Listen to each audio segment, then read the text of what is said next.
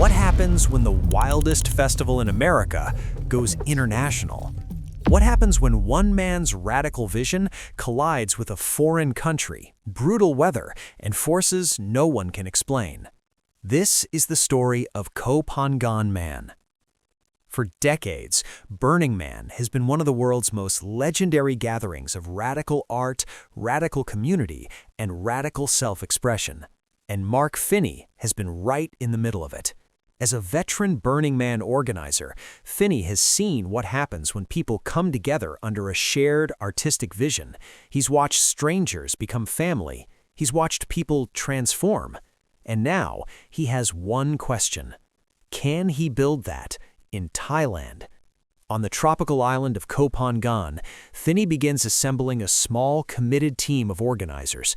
But he doesn't just give them jobs, he gives them a philosophy, a way of seeing art, a way of seeing each other. For this group, the festival isn't just an event, it's a way of life. And for each of them, getting here, becoming part of this, is already changing who they are. But none of them expected what was about to happen.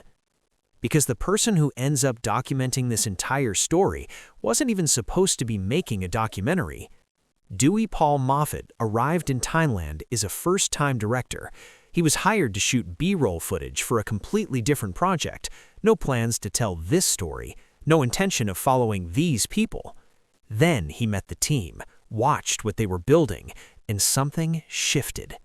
In one of those rare moments where life and art collide, Moffat made a spontaneous decision. He had to tell this story, not the one he came to film, this one.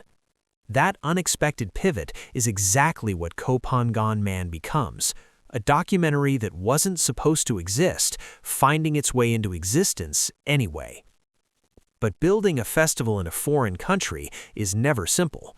There are language barriers, cultural differences, logistics that stretch across borders, supplies that arrive late, timelines that collapse.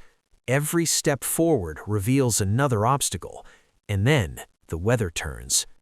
Storm clouds roll in over the Gulf of Thailand, rain lashes the coastline. The carefully planned festival grounds begin to change under the pressure of the elements. And just when the organizers think they understand the chaos, stranger things begin to happen. Moments that feel surreal, events no one planned for, situations that blur the line between coincidence and something harder to explain. Koh Phangan has a way of reminding you that you are not in control here. And suddenly, the team is forced to face the question at the center of everything. Is bringing the spirit of Burning Man to Thailand actually possible? Can a radical vision born in the Nevada desert survive on a tropical island halfway across the world?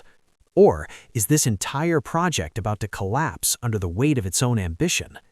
This is where Koh Phangan Man truly lives, in the fragile space between dream and reality, between community and chaos, between the art you intend to create and the art that creates itself.